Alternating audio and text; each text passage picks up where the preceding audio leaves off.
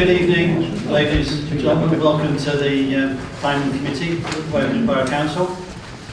A few points before we start. We have PA assistants. The guy here at the back, please indicate that you can't. Mobile phones should be off or on silent, and there is no fire drill planned for tonight. The proceedings are filmed, as you can see, and will be available on the WBC website. You will see from the camera position that committee members, council officers and registered speakers will normally be recorded, but speakers may ask not to be filmed, but their comments will be audio recorded. The Planning Committee is made up of 9 elected members, and I'll ask them to introduce themselves by name and ward, starting on my far right. Chris Barry, member for Evidence in Woking. Wayne Smith, member for Hurst. Rochelle Shepherd-Day, member for Winnish. Malcolm Richards, member for Norreys in Wokingham. John Kaiser, a member for Barkham and Deputy Chair. Tim Houghton in Lower Early and Chair. Bill Soane of Ludborough in Woodley. Philip Holsworth, representing Winnish. Thank you, members. And we are supported and advised by a variety of professional council officers. I'll ask the officers to introduce themselves, starting on my far right. Good evening, my name is Mary Severin. I'm a solicitor advising the Planning Committee this evening. My name is Arabella Yandel, I'm the clerk for the committee. Conor Corrigan, I'm the SDL manager. Chris Easton, service manager for Horace. Thank you. And I will introduce the individual planning officers when their application comes up. Right, the procedure, this is a quasi-judicial committee with formal set procedures and conduct. Firstly, the planning officer will present each application, then I will call in turn only those who have pre-registered to speak. Please come forward to the table. The microphone is controlled by the grey button on the base. The time limit of 3 minutes for each category of speaker will be strictly enforced, so please ensure you get your key points across within the allotted time. Members of the committee are interested in the quality of what you have to say and not for how long you speak. I emphasise that only those who are pre-registered to speak may do so. That includes town or parish councillors, agents, applicants, objectors or supporters. Following the planning officer's presentation and the comments of registered speakers, the planning committee members will consider, question and seek clarification for the application and hopefully reach a decision which may or may not agree with the planning officer's recommendation. Finally, a reminder, the local planning authority's role is to determine any valid planning application using local and national planning policy. Our role is not to suggest alterations to schemes, whether they are a good idea or indeed needed, whether they are too costly or whether there are alternative views. Thank you very much, and I shall now move on to the formal part of the agenda. The first item on the agenda then is the apologies. Do we have any apologies? Just from Councillor Gallagher. Thank you. Right. The minutes from the previous meeting, are all members happy with it? Do you have a comment, Chris? Okay. Just a typo, somebody's name. It's Councillor Andrew Waters, or Walters, from Wokingham Town Council on the second page. So there's no L in it. There's no L.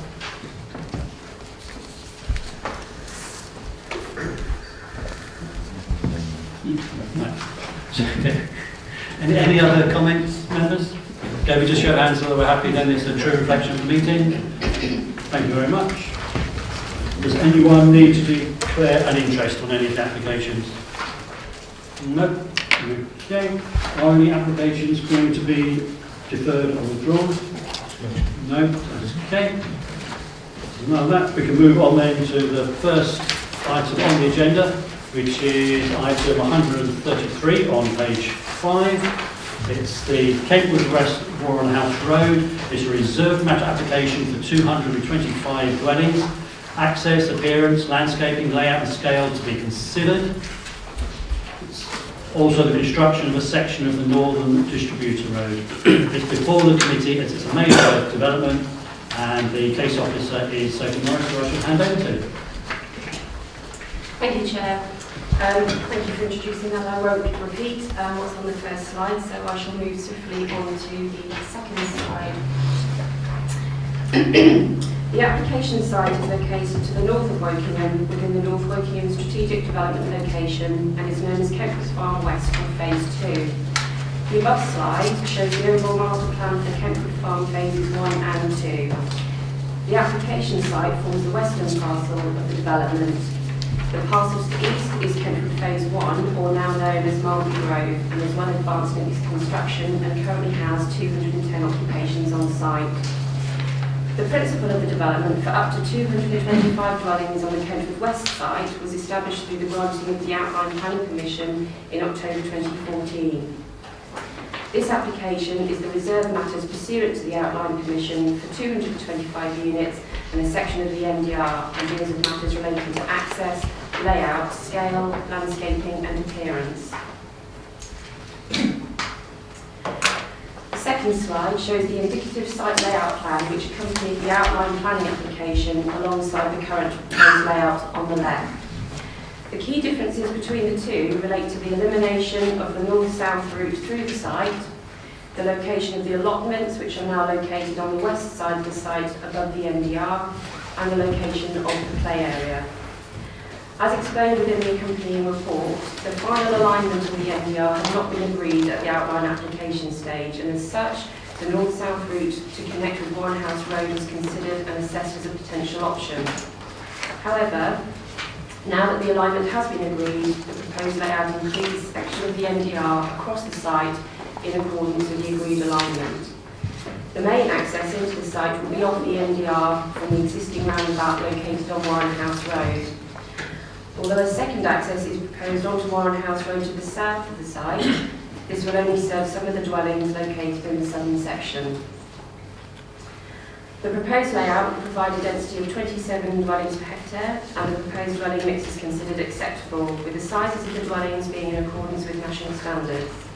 The majority of the dwellings would also accord with WBC separation distances and garden depths, and where minor infringements have been identified within the report, these are not considered to be to a harmful extent in respect of the residential amenities of future occupiers.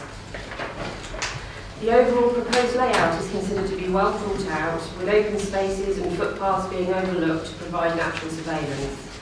Existing hedgerows and trees are proposed to be retained around the boundary of the site where possible, and additional landscaping and planting is proposed throughout the site, which will be detailed and secured through the landscaping condition submission. The parking provision also accords with WBC parking standards and is distributed appropriately throughout the site. The development will provide 25% on-site affordable housing with a commuted sum for off-site provision. The original Section 106 agreed a 29% on-site provision, which is being varied through a deed of variation and will include an additional contribution which WBC Housing Department consider to be acceptable. So moving on to the next slide. So this slide shows the building heights plan, which shows that the majority of the dwellings will be 2 stories, with the apartment blocks being 3 stories in height. These blocks are coloured blue on the above slide to the left. The locations of the 3-storey buildings are in general accordance with the indicative locations shown on the heights parameter plan, which was provided at the outline stage. These areas are indicated by the purple circles on the plan to the right. The 2 apartment blocks located in the central area of the southern part of the site will overlook the proposed play area, providing good levels of natural surveillance. So moving on to the play area. The provision of the play area was a requirement within the Section 106 and was designed for younger children who are likely to still need to be accompanied to the play area by an adult. This is known as a LEAP, a locally equipped area of play. Final details of the proposed play equipment will be secured through the landscaping conditions submission. Similarly, the provision of the allotments was a requirement of the Section 106, and these will be handed over to the Town Council, who submitted comments at the consultation stage with regards to what facilities they would like the allotments to have. The facilities proposed for the allotments is in line with the Town Council comments, with the exception of the provision of a toilet, which was not specified within the Section 106, nor would one ordinarily be required on allotments of the size proposed. Again, the final layout and details of the allotments will be dealt with through conditions. So in terms of design and appearance, Phase 2 is very similar to Phase 1 and is considered to provide a good mix and variety in terms of design and materials.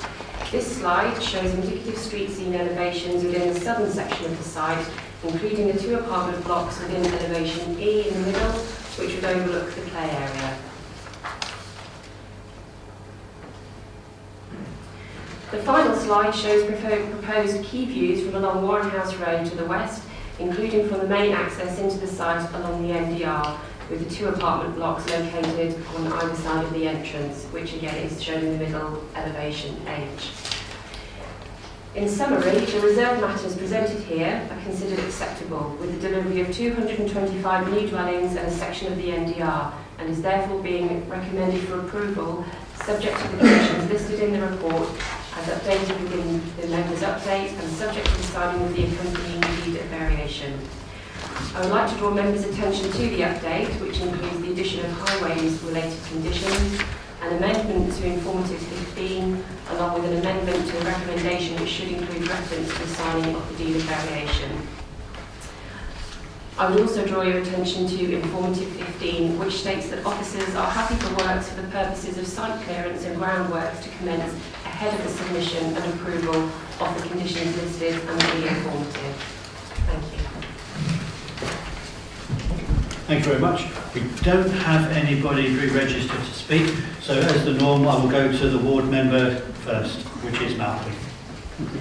It's encouraging, I think, the road widths are quite wide, are they? Just want to know my favourite. But the main one's about 7 metres or something, and the smaller one, the side one, has been improved to 5 metres instead of 4.8, I believe. That was encouraging. Is the road a shared area? I don't mean the main one, I mean the side road, a shared area, or does it have a pavement? Sorry. That's fine. I'll pick up.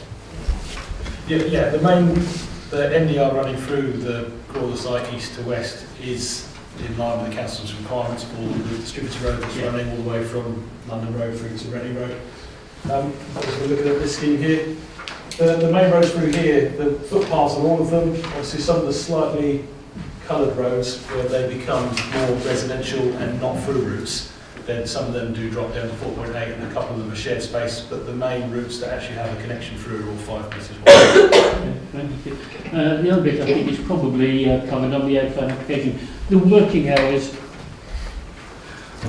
for this were covered presumably at the original application stage. Are they Monday to Friday, short ones, or are they longer hours? I thought I read something or longer hours for longer days. I don't have the exact hours in front of me, unfortunately. They were covered within the outline application, and also they will be covered under the construction environmental management plan as well, so it will be due to they'll have to submit that as part of their condition submission. Okay, that was the only thing I thought I'd seen, that there were longer hours over more days. If that was the case, I was wondering if we would change it. If it's already approved, there's probably not. They're the same as every other site. In which case, Rochelle? Parking, my favorite topic. Assuming there's 2 cars per dwelling, there's 225 dwellings total, that's 450 spaces. That leaves 9 visitor spaces for 225 dwellings. So therefore, I hope they don't have a lot of friends in place. The second thing is, if we have the average that is in Woking at this point of 2.53, we're definitely below parking. Lastly, parking for the flats.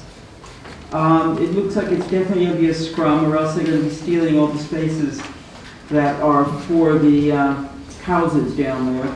There's inadequate parking anywhere around them. They may be all around the places, but do people mind if people park in their driveways if they have a flat, so there's no place for them to park? I feel like we were only sat here 2 weeks ago. And yes, of course, you always get asked this. And that's absolutely fine. I think basically just to reaffirm, obviously the parking standards are the council's adopted standards that have gone through consultation with residents, members alike. This scheme accords to it, in line with the comments that came from the town centre, sort of the town, the parish. Obviously some amendments have been made. There are a few additional parking spaces being provided around the platted areas, and in looking at obviously the parking standards calculated spreadsheet is included in this report for you. And you can see from there that actually the scheme is providing an additional 10 spaces over and above the council's required standards. So in that sense, they meet our requirements. It's the distribution of spaces that I find a little bit strange, because again, it's the case of that most people seem to believe that people who own flats don't actually drive cars. And I hate to tell you this, but they do. That's fine. Any other members? Oh, One more. Well, let's let John ask a Okay. question, I'll come back to you, Rochelle. I can turn your speaker off, Rochelle. Can we go to page 10, paragraph 8, you talk about highways adoption. It's unusual to see this in one of these applications. Can you just talk us through it? Because I assume they're building part of the Northern Distributor Road here. And if they don't build it to our specification, we're saying we won't adopt it. Is that what this says? Broadly, yes. So basically, they're required to enter into a Section 38 agreement, which is a separate legal agreement that follows on from the planning consent. And so in here, we've obviously done a certain level of technical work with the application to deliver this scheme in front of us. And what the next stage does under Section 38 is just go into the technical details, so the road specifications, the construction depths, the types of materials, the camber on the carriageway, the drainage, and basically it gets overseen by our engineers throughout the process. So it's kind of like building regulations of a house. At certain stages, our guys obviously inspect, one, the detailed design, and then two, the construction. And through that Section 38 process as well, a bond is secured to obviously ensure that the works are carried out in accordance with the requirement. And when we adopt the road, then obviously that bond is released back. Can I just follow up on that? If the committee are minded to approve this, there's no opportunity for developers to build it and not meet that Section 38 requirement. Is that true? This section of the road, this is the NDR, the strategic piece of transport infrastructure. Well, I'm concerned about. No, there's not. I mean, this obviously that wording in there. It's I'm not sure it's new, but obviously this is a process that happens on every site. It's the same as happened on Kent Farm East, and on this one, the same happened on Matthews Green, the same happened on all the other schemes across the borough. So what you're saying is that this development won't get built unless it meets this requirement? Because the word here says, we strongly advise Okay, I see. not to commence development. Now, I don't want to be here advising development not to commence development if they don't meet our road standards. Yeah. No, I see that. We could take that wording and ensure that we Could you make it a bit tighter. Well, that is okay. Or we'll go to Bill. Yeah, just one clarification on the drawing, I can't quite see. Where the play area is, are they border roads? Are we relying on the landscaping, or is there fencing around the play area? Will be fencing around the play area? There is fencing? Yeah. Okay, thank you. That's covered under conditions. Okay, Rochelle. Cyclepath. Cyclepath looks like it's going to be a shared cyclepath on page 24. I'd like to possibly ask that they be made like Station Link Road. They've actually done a very good shared cycle path where the cycle path is separated from the pedestrian path, so therefore people who have prams and things like this don't have to go around them, and the cycles don't have to go around the prams. It's very successful. You did a very good job there. I'd like to see if you'd roll that out to other places rather than making it like the one on the Reading Road that's on the pavement, which is not very good. The reason for that is typically around kind of destinations such as the station, where there tends to be a higher frequency of cyclists and pedestrians, obviously trying to merge to a certain point, then you tend to separate them. But on areas such as this through a quieter part of the borough, then you tend to have shared space, just for the reason that cyclists sometimes, we obviously want them to be more frequent, but sometimes in this area, these types of areas, they're not as frequent, and therefore it's nicer to obviously have the footpath and the garden system to typically have those areas to be shared to make the space available for everybody. However, your rationale for not building more roads and not building wider roads is that everybody's going to be cycling. If everybody is going to be cycling, this is going to be a more dangerous thing for both the pedestrians and the cyclists. So therefore, possibly considering doing something that does work and has proven to work would be a better idea than trying to reinvent it and repeat the mistake that has happened so far on the Reading Road. Right, Michelle, let me just remind you, on these applications, we have to decide whether it's acceptable with policy or not. We are not redesigning what we have in front of us. It's the policy of the cyclopacks that's set up by the councillors that we're trying to enforce. We're trying to Our policy will be enforced. That's correct. This is in line with the council's Okay. guidance. Right. Now, Just a quick point to my understanding really. On page 11.14, permitted development rights have been restricted by conditions of the outline. How long do those restrictions apply? Are they of a limited time or are they open-ended? Open-ended. Open-ended, Yep. okay, thank you. any other members? I have one. The Working Town Council make a number of points on page 14 about the allotments. Could you just reassure me that their points have been listened to and dealt with? Thank you, Chair. Yes, I can confirm that they have, and as outlined in the presentation, the facilities which the Town Council requested are in line with what are being provided with the exception of the toilet. Okay, thank you. Last chance then, members. Any more questions or clarification before we go to the vote? No? Okay.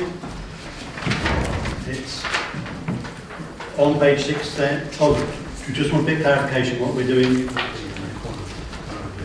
Thank you. John, do you just want to read out just so we all know what we want on that point 8? I've got the developer is required. On your loudspeaker then, please. I'll Sorry. in here. The developer is... Could I just quickly jump in before you finalise that? Having quickly read that wording again, just to make sure, this is referring to not the main spine road through the site, it's referring to the roads within the development site. So the main spine road, the NDR, that will and needs to be adopted. Internally in the site, some of the more local roads, which may only serve a handful of dwellings, the developer has the opportunity to obviously keep those as private streets.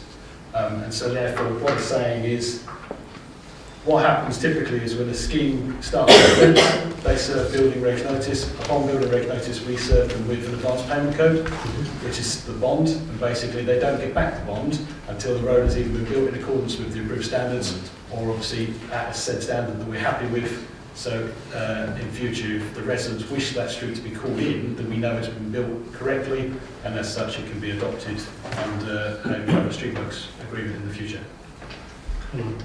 That's fine, but it doesn't make it clear it's not. Yeah, no, I'll pick that up so we can make sure that's internal roads. Okay. Now, just we are clear on that point 8 on 10, we are going to insert a line to make it absolutely clear it's the access roads within the development and not the distributor road. Right. Page 6 then, we have the recommendation to approve reserved matters subject to all the conditions in the agenda and the informatives which we've just made that amendment to.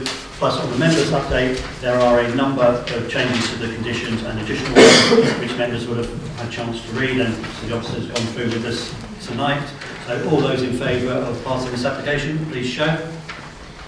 And that is unanimous. Thank you, members.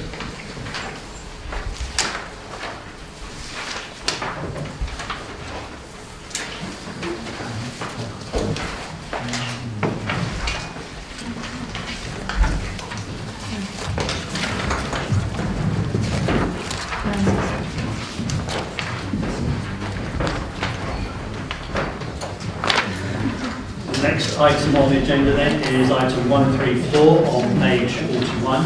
It's the land to the west of Chinfield, south of Church Lane and to the west of Alder Close. It's a reserved matters application for a 2-form entry school, and it's before the committee. It's a major development, and the case officer is Christopher Howard. What's your hand over to? Thank you, Chairman. Tonight I'm here to present the reserve matters application for a 2-form entry primary school together with associated outdoor space, landscaping and Chinfield West. The outline plan application establishes a principal development for the school including access, and under consideration tonight is the appearance of the building, layout, scale and landscaping. This is the site. It's located within the South M4 STL. Planning permission was granted for the site in 2012, which included 1,200 dwellings together with up to 3-form entry school. The application established that a two-form entry school was required to mitigate the growth of additional housing in Shinfield, and the site was identified as highlighted in red. Further land was also secured, shown hatched in yellow, which could be called upon by the council to expand the school to 3 forms of entry if there's any further growth within the wider area. The outline permission established a principal development, quantum development, access to the site and development parameters. Since the approval of the outline planning application, reserve matters have been granted and implemented for the primary infrastructure for the site, which includes the primary school, roads, landscaping and drainage. The primary infrastructure application was a key enabling application for the school site, and all the main roads into the site are expected to be completed by June 2018. The access road to the school from Church Lane has already been delivered, which will facilitate the construction access to the school, and the access roads within the site, as highlighted here, have been delivered and these link onto Hyde End Road. The early delivery of these allows for a one-way system for construction vehicles within the site. Vehicles are entering the site from Church Lane at the north and exiting on that Hyde End Road at the south to disperse the construction traffic. Phasing was also approved as a conditions of discharge application for the outline planning permission, and this plan shows the phasing strategy for the site. This also shows a phasing strategy for the school, which will be constructed in phase 1. In addition, the phase 1 development parcels have been approved, as shown in the houses are currently being delivered on site. Access for future users to the school will be from Church Lane and Hyde End Road. Further pedestrian and cycle links will also be through the village centre of the school green. The school is shown here in the context of the housing that has already been approved. Phase 2 for the remaining development parcels for the development area to the centre of site application is expected to come in shortly. This is a proposed layout of the school. The building would be a 2-storey L-shaped building with the main play areas to the rear. There are smaller play areas to the front which will be provided for the nursery reception classroom, which will be fenced off from the main car park. At the front there is a 35 parking space car park for staff. This is fenced off to prevent child use by parents dropping off the children. To facilitate drop-off, there is a 34 space car park to the front of the school. The drop-off car park could also act as a loop at the front of the site to act as a one-way system in and out. A further 6-bay drop-offs area is located immediately to the front of the school, and the school has been designed to be future-proof. The applicant has demonstrated how the school can be extended for additional form of entry should there be a future need in the area. This is shown hatched in yellow. In addition, a further area of car parking has also been indicated to show that the layout can respond to the additional parking requirements that were generated by the further form of entry. Landscaping has been incorporated in the design, and landscape officer has supported the application. With regards to the internal layout of the building, the design incorporates a reception class to the front. A nursery is located next door to this, with the early years classrooms located behind the nursery and reception class. The applicant has also carefully considered the internal layout of the building to allow the hall area and associated facilities to be used for community events. These can be effectively used and segregated off from the classrooms from the main school building so the community uses can occur outside of school hours. On the first floor there are further classrooms for older years children. These are the perspectives of the building. The building has a modern form of design with a flat roof which helps reduce the bulk of the building. Had a picture room been incorporated, the building would have been taller. The 2-storey element of the building makes best use of the land. The design of the building also helps set aside from the housing which will be delivered adjacent to the site, and the detailing such as the colour rendering will be subject to the condition, and it's likely that we'll be looking to approve 2 contrasting colours in consultation with the end user, but these are for information purposes. The application is recommended to approval subject to conditions set out in the report and the members' update.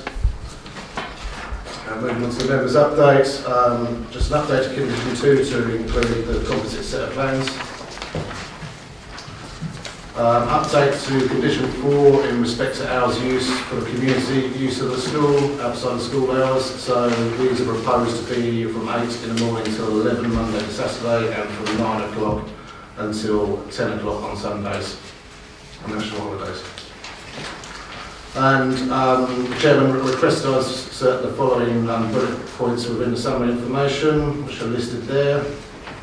A correction to page 52, paragraph 7, insert completely instead of broadly in line 1, that's with regards to the parameters. And correction to page 60, paragraph 32, Directly fully in front of the football pitch, it is a junior-sized football pitch. Thank you, Chairman. Okay, thank you very much. We have one speaker re-registered, which is Piers Brunning from Wokingham Borough Council. Welcome.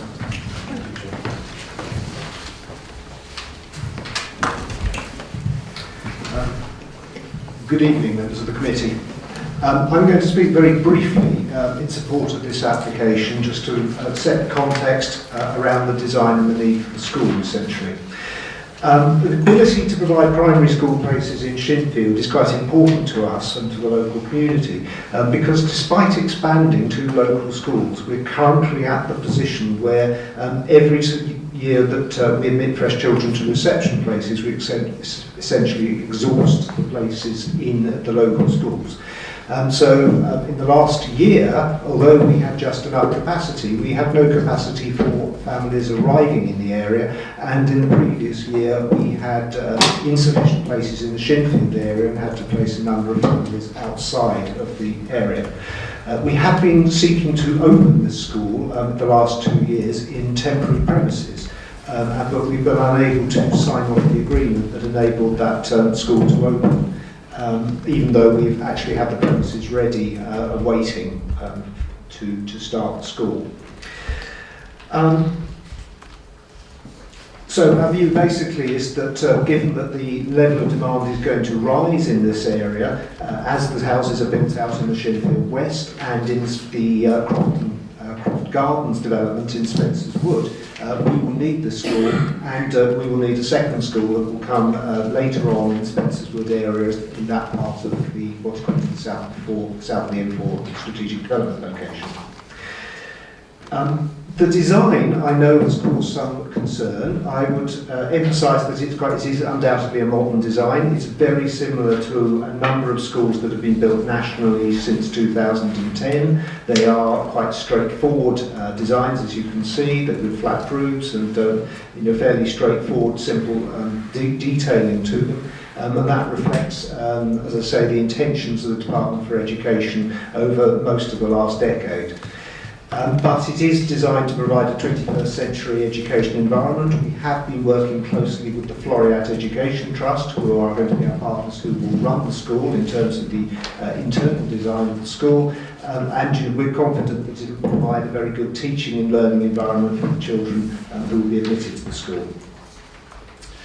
I also know that school run traffic is an issue. You've heard from Chris and you've seen in the papers how the school will have both staff car parking and parent drop-off, and certainly parent drop-off school run parking is the most significant concern that's raised with us as a department. We would like to emphasise that we're expecting the school to be a very active partner in the development of the school travel plan. And we know that many schools in Wokingham do work very closely with our school travel plan advisors to develop and keep their school travel plans fresh and up to date, to promote sustainable modes of transport. If you could just sum up.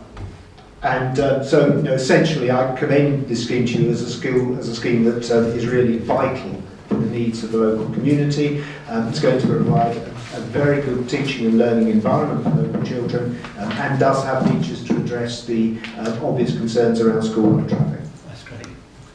Thank you very much. You just press the button because there's no other speakers. Right, members who would like to Michelle. Several questions. One, is it going to be a phased opening school, or is it going to be open all at once? Two, there's an attenuation pond right at the edge of the school. I was wondering, was that going to have fencing around it to make sure, since it looks like it's going to be a primary school, we'd like to make sure the little ones don't fall in the water if possible. Lastly, parking and drop-off of 34 spaces for 210 children. Drop-off in the morning, probably okay. After driving past 3 primary schools today, unfortunately, while running errands during school pickup time, I can tell you that there were considerably more than 35 cars parked around the school waiting to pick up children, and especially 210 children is going to be a real challenge. It's going to cause a problem in the local area. Thank you. Just before you respond there, on Rochelle's question on car parking, when you come to that one, can you also talk about the number of staff and staff parking as well? Thank you. Do you want to start with the teachers? The staff parking was adequate. I'm more worried about the parents coming to drop off, pick up their children here. Okay, I think in terms of the opening, will it be a phased opening? I'll look to peers on that. In terms of planning, we don't get too involved, but I presume you grow the school as the pupil numbers increase. Yes, we expect it to start with the reception and work its way up over 7 years. The attenuation pond, yes, that will be fenced off, so yeah, pupils won't fall in there. And in terms of staff, the staff numbers are for a two-form entry school are 45. That's stated in the reports. And I'll defer to Chris for the part in terms of how the parking will work on that. The pick-up in the evening, pick-up in the afternoon for children tends to fill up. Chris has got a question. In terms of the staff numbers, which is related to the parking, clearly Chris has indicated there's 45 staff. Now initially, when looking at the school application when it first came in, we've got a couple of schools on Montague Park, has an average of 30 full-time equivalent staff, as well as Beechwood School, which both have been new schools and have 30 staff each. That was the information that was initially fed into this scheme. However, through obviously the process, the staffing numbers, because Florette is the operator who have obviously started currently running in South Wokingham, they've indicated that the staff numbers could be up to 45 full-time equivalent staff. So when you look at the parking, from the parking that obviously demonstrates what's available for staff, that car park does look short in relation to what our standards are. However, the point you've picked up on about pupil pick-up and drop-off, the council doesn't have a standard, why not many schools have. They have potentially a pick-up drop-off area, but they don't have car parks assigned for the school itself. So the 69 spaces being provided. Inside the staff car park, there is the potential to expand that car park by 10 spaces, which we could look to obviously have that incorporated to accommodate the 45 staff, which as Biz has indicated isn't going to be tomorrow, it's going to be phased over the next 7 years, so there's time to kind of introduce that. And also, we need to bear in mind that we have a travel plan. This isn't the school in the middle of an existing housing estate. There's clearly, not that plan, but there's about, I think it's 1,200 houses being located around this school, as well as another 400 or 500 over to the west. So in terms of here, it's got new footpath cycleways, it's got all the walking links, the desire lines, we've got the travel plan for the residential properties, as well as the travel plan associated with the school. So in terms of this scheme, it complies with the standards, and it's in one of the best locations for us to be able to work with our highway team, the travel planning team, and the education team, especially with Florette as well, to deliver some good walking cycling routes that they already are delivering in South Wokingham, which is proven to work. Just before we go on to Malcolm, I just wanted the ward member to my left just picked up when you said Beechwood School. Yes. It's not a new school, it just had some expansion, hasn't it? Yeah, sorry, the expansion. Yeah, okay. Malcolm. Just two quick points. The support pitch there, if that we use in the evening, is there any lighting on that pitch that would enable it to be used or not? In terms of the sports strategy for South End for SDL, we are focusing, it's Council's decision to focus all our school requirements at Raj Green to make it a viable sports hub. So we are focusing it there. There's no proposed dual use for this pitch at the moment for community, but we could look at that again because of the layout of the hall, etc. At a later date if we had additional demand for it. But at the moment we're focusing to make the Raj sports hub viable. Thank you. Second quick point. I noticed on page 55.26 they've included a sprinkler tank on the plan. Then it says it can be accommodated if required. Do you know if there's going to be a sprinkler in the school or not? Yeah, so the school has been designed to fit the sprinkler system in if required. Under the education guidelines, there's actually no requirement of sprinklers, but the council's position is we generally favour them if we can put them in. So that's a decision to be made afterwards, but at this stage the school has been built to a way that we can fit it if the council decides that's a good viable option for us to do. we have major redesign and effort afterwards. If it needs to go in, you wouldn't need major effort. If you have to retrofit it, it is effort and expense, but the school is designed to be able to take, and we need to make a decision pretty quickly before they start building, basically. Okay, thank you. Just on that point, developers also indicated they're not averse to putting a sprinkler system in, but it's down to sort of building regs and sort of final. John? Just following on from that, I think the last committee I went to, I was told that we don't fit sprinklers to existing schools, but all new schools will have sprinklers. Could you just confirm that's okay? Yeah, so the developer is willing to put a sprinkler system in, but they do not have a requirement to put it in, and there's no policy requirement to make them put it in. So if the council decides we want one in, we can tell them and they will build it into the schools as being built. Can we do that, please? Yes. Any other questions, members? Wayne? Just a question following on the comments from Shinfield Parish Council that relate to the bright colours. Could you just go back to the design of the buildings? Yeah, that's it. So, has this materially changed since these comments were received? Because that looks very, very grey to me. Just apart from parts of yellow and orange, it doesn't look lots of bright colours there. I don't like the design, but I thought there could have been more, in keeping, rather than going back to 60s flat roofs. But has that been changed? The detailing hasn't been changed in terms of what the plan's been put in for, but I've put a condition on asking for the colour of the rendering to be approved prior to commencing the development. So we could look at those details again, and that was in response to Shinfield Parish's comments. So that we look at those details later down the line. So you could have brick render colour? You could, anything, yeah, sky's the limit. Okay then, members. The recommendation then is set out on page 42, which is to approve reserved matters subject to the conditions as laid out in the agenda.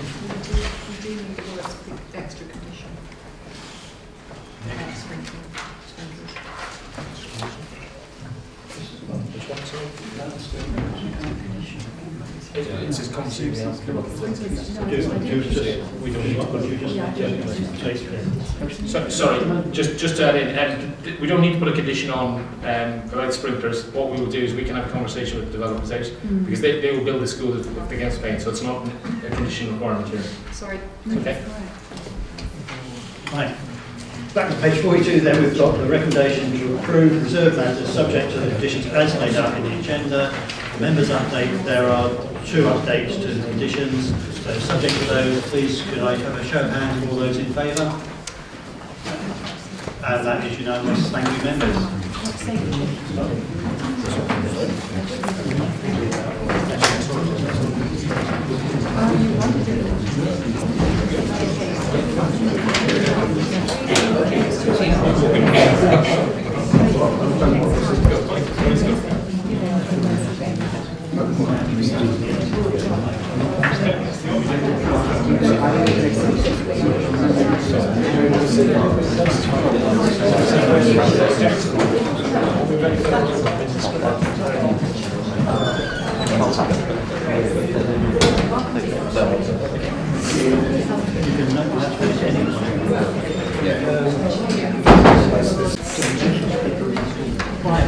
We do have a new officer sitting to my left, so I will just get him to introduce himself before we proceed. Thank you, Chairman. I'm Justin Turvey. I'm the lead officer for development management. Thank you very much. So we're on to agenda item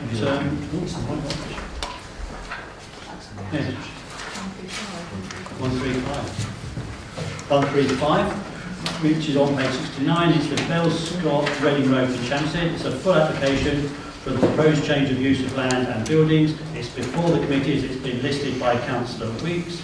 Members attended a site visit on Friday, and the case officer is Mark Croucher. Thank you, Chairman. There are 2 updates in the members list to draw your attention to quickly. The first one is to add a boundary treatment condition. and I can give you the wording for that at the end if necessary. And the second one is to change the wording of condition 5, so on Saturday the premises would be open from 8 o'clock in the morning to 1 o'clock in the afternoon. There is a further update I've just noticed as well, looking through my report, and that's on page 79 and paragraph 20.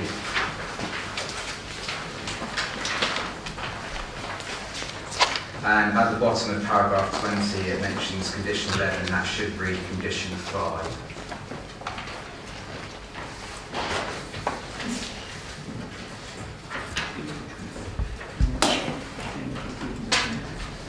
Moving on to the presentation, there is probably one thing to point out straight away, and that's the description on the screen does sort of suggest that it would be an unfettered B2 use. As members would have noticed looking through the report, that is restricted to use of the applicant only in his business, so it would be an unfettered B2 use, and the B2 use is proposed for just 2 of the buildings, not the entire site, so it would be just for 2 of the proposed, 2 of the existing buildings rather.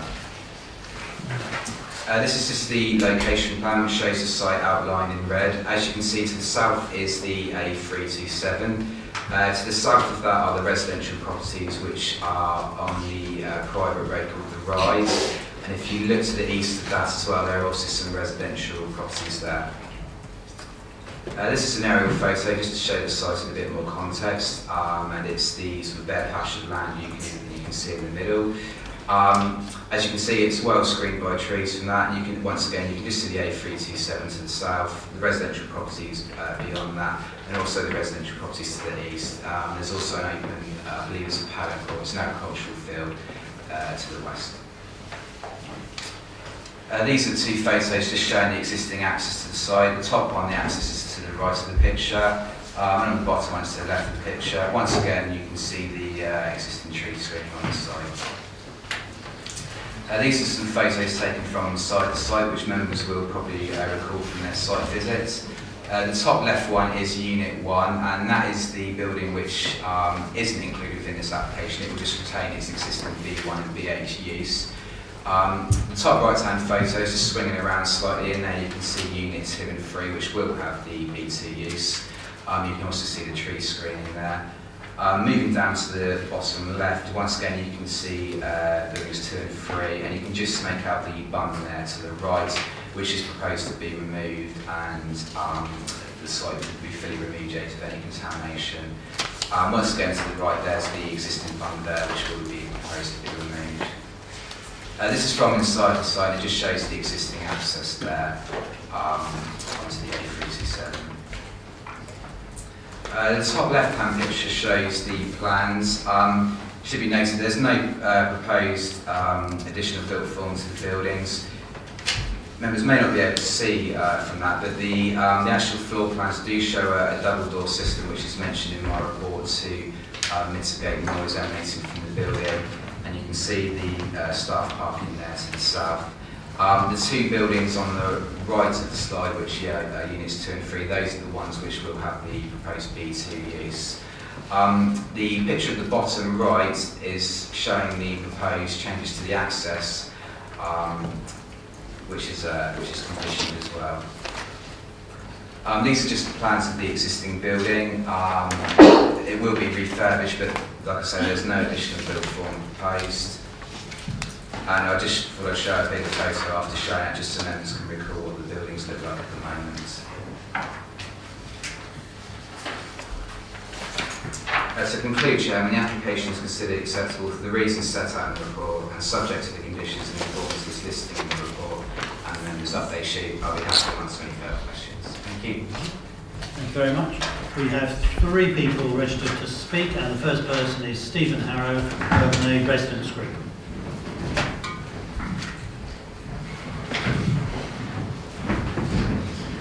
Good evening to you. Thank you. That's on. Grey one. Thank you. My name is Steve Harrow, and I've lived at 5 The Rise for 16 years. Thank you for allowing me to speak on behalf of the residents this evening. My home is directly opposite the proposed industrial site. The Welcome to Wokingham sign is on my land. Our front garden is only 40 metres from the main workshop. We do not agree with the planning officer's assertion that the benefits of the proposed development will outweigh any identified harm. We live in the countryside. The photos amply shed that. Outside of rush hour, the predominant background noise is not traffic, but birdsong. Our own sound surveys confirm this. Metal fabrication is a noisy industrial process. It is most definitely not a rural enterprise. The planning officer's report says so. There has been no attempt to demonstrate that Bellscott is the only suitable industrial site within the area. A Google search confirms there are many vacant industrial units within Wokingham's commercial parks already designated for B2 use. There is therefore no actual benefit. As families, we spend a considerable amount of our leisure time outside in our gardens. We see no benefits in allowing industrial operations at this rural site. We only see damage to the countryside and substantial loss of amenity. The benefits do not outweigh the harm. The planning officer has taken on board some of the objections raised and imposed some conditions. However, we simply do not believe the measures will work. Specifically, the noise insulation, double doors and ventilation do nothing but any noise which takes place outside. The mechanical ventilation, when installed, will add noise. We also doubt its effectiveness in summer. We therefore call on the planning committee to reject this application outright. Should you decide not to reject the application, environmental health must be able to properly evaluate the noise complaints that will be made. Complaints have every potential to be made on a daily basis. A new baseline noise survey must be undertaken. The survey period must include weekends, and the survey location points must be located at the actual receptors, i.e. our residential properties and front gardens. They were not located appropriately in the noise report. Additional restrictions must also be imposed. No use of the site on Saturdays at all, or after 5 o'clock on weekdays. No guard dogs. A maximum noise limit must be imposed on any mechanical ventilation equipment. It must be located at the rear of the buildings, as far away from residential properties as possible. The operating hours of any mechanical ventilation or air conditioning must be kept to weekday working hours with a timer. The noise insulation needs to be tested before the factory opens to ensure it is effective, and if the noise measures fail, the factory must be shut down. I repeat that the harm of this development outweighs any benefit. I therefore call on the committee to reject the proposal. Thank you. Thank you very much. Next we have Peter White, the agent.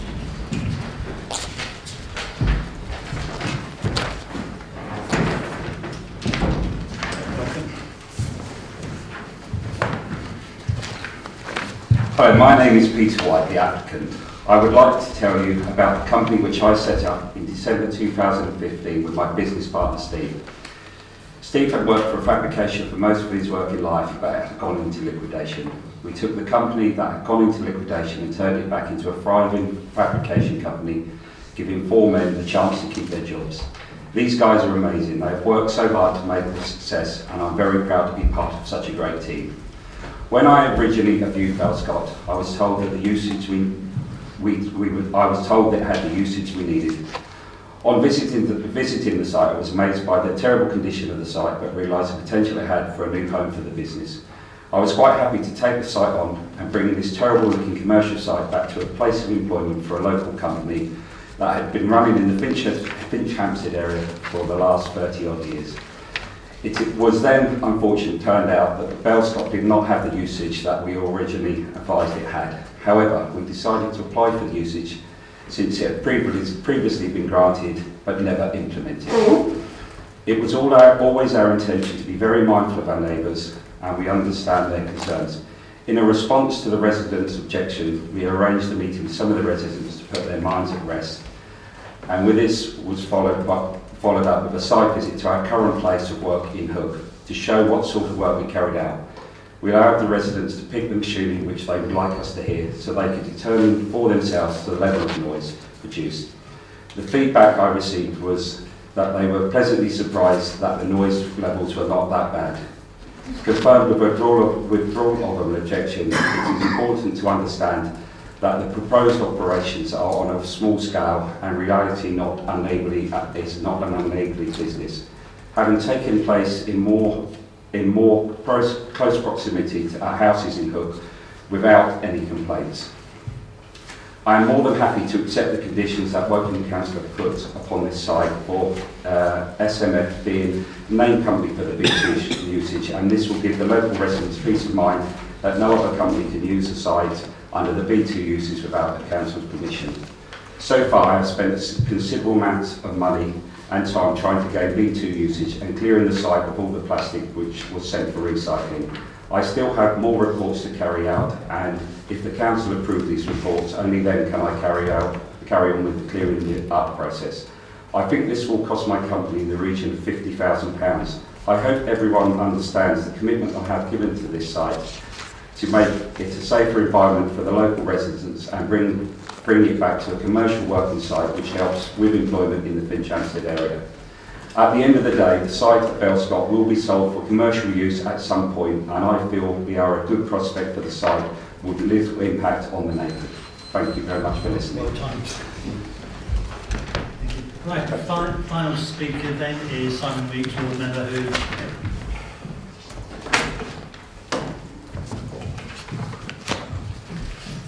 Right, good evening members. I'm here to represent the 17 residents of the Rise and Reading Road who have objected to this application. As you will have seen, a number of them are here tonight.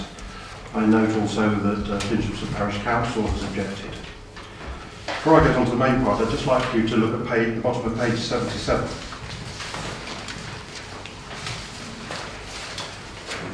Under point 9.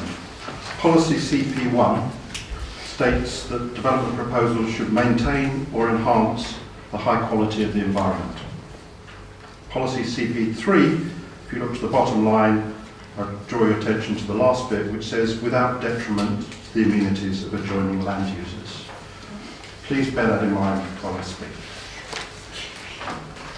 Most of you who visited the site last week, you will have seen the neglected and derelict site and the large bund of unknown deposited materials. The whole site is located between or opposite low-density housing development in a semi-rural part of Finchampstead. The site already has B1 and B8 use. This permits business storage and distribution. Now B2, general industrial use, is sought. Members, I ask you, following your site visit, do you really consider this is an appropriate location for B2 general industrial activity? The applicant's business was previously located at Hogwood Industrial Estate. I contend that an industrial estate, not a residential area, is an appropriate location for B2 use. Although the officer has accepted the various noise mitigation measures will minimise the impact on neighbours, I remain concerned about compliance and enforcement if these mitigation measures don't actually work in reality. We should not expose residents to that risk. However, if you are minded to approve this, I would strongly support condition 4, making B2 use available to the applicant only. But also I would very strongly request a modification of condition 5. Industrial use from 7 o'clock in the morning until 7 o'clock in the evening is wholly unacceptable in a residential area.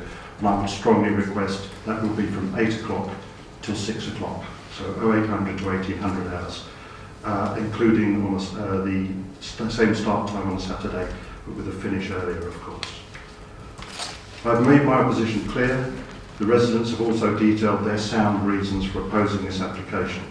Please refuse the application because it is an inappropriate use in a semi-rural location which will negatively impact on residents' amenity and will be totally out of character for this area. Thank you, members. Thank you very much. Before I open up to members, I was just taking some notes of what the speakers have said, and I would just like some answers on those points. And most of it is focusing around the noise, especially the outside noise that it won't be contained within the building, and that it's in the countryside, and the suggestion that there are other B2 sites available locally. And then if you could comment on the change of operating hours, both during the week and at the weekend. And finally, if you just could comment on CP1 and CP3, please. And then I'll open it up to members.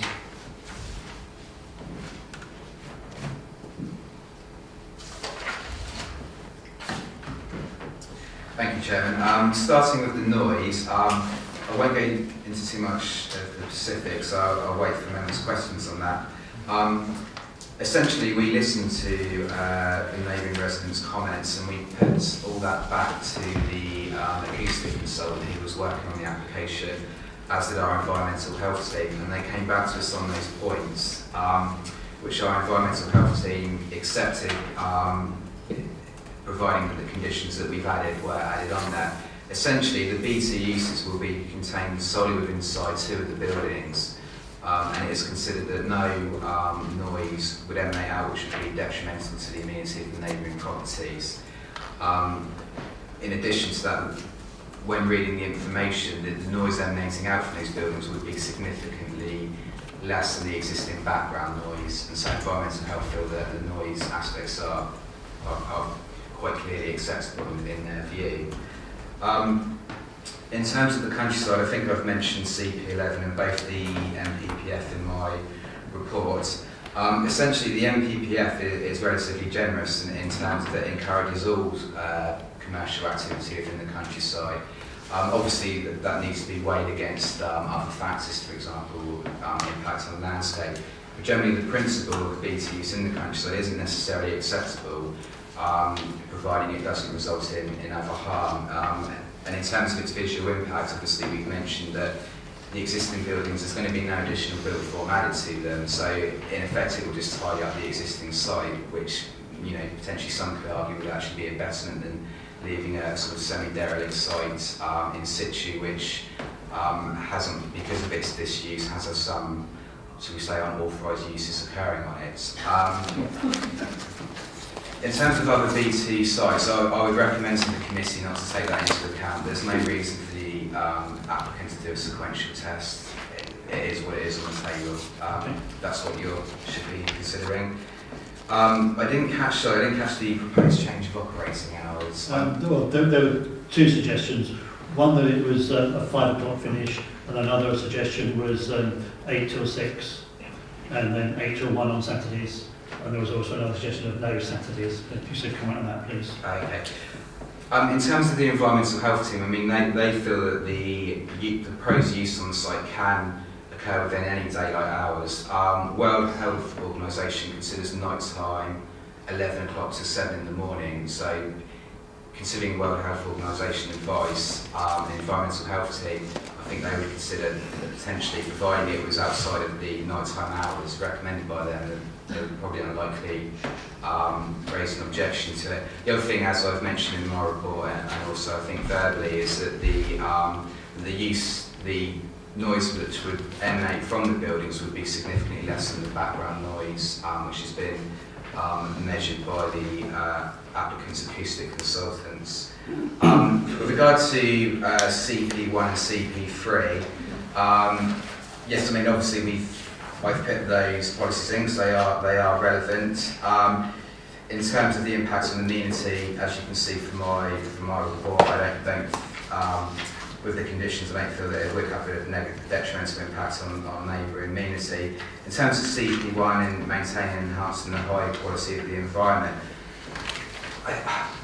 the issue with that, as I've said in my report, is if you look at that picture above, I don't really see how that's a high quality, how that's a particularly high quality environment, and therefore it's simply refurbishing the buildings and adding a formal parking area and removing the bun, if anything, could be said to have a betterment in terms of visual impact and character of the area. It is within the countryside, obviously that's undeniable, but the site is there for B1 and the B8 use, and it's currently looking in that state. So with regards to that, I don't feel that there's much scope to sort of argue that it would have a detrimental impact on the character of the area. Thank you.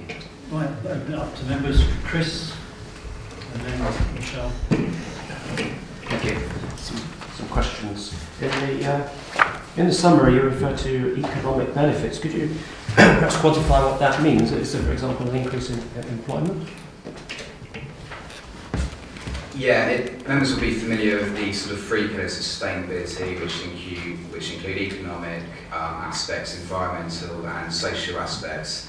Obviously, the site as it is at the moment, I don't imagine is particularly appealing to a prospective employer.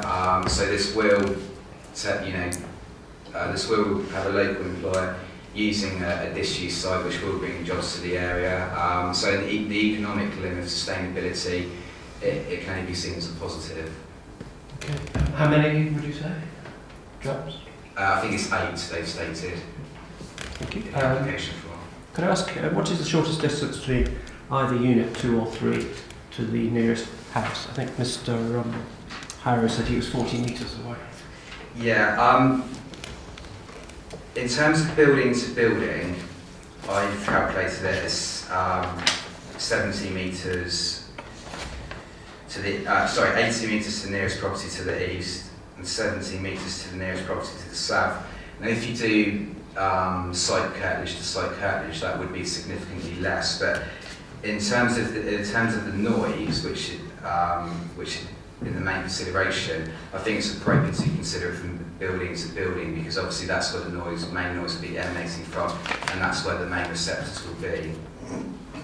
Thank you. If we go to page 73, there is an approval there for 2005-5957, referring to buildings B and C. Are buildings B and C the same buildings that we got here, 2 and 3? And is this this is approval for B2 general industrial use? Is this a material consideration for us? It is a material consideration. To give an unbalanced view on that, members will be minded to take into account that that is based on our policies and guidance. We obviously have new policies and guidance, but we still feel it accords with that. But as I say, it is a material consideration. There has been a previous approval with not too far in the distance past, and I think members should take that into account.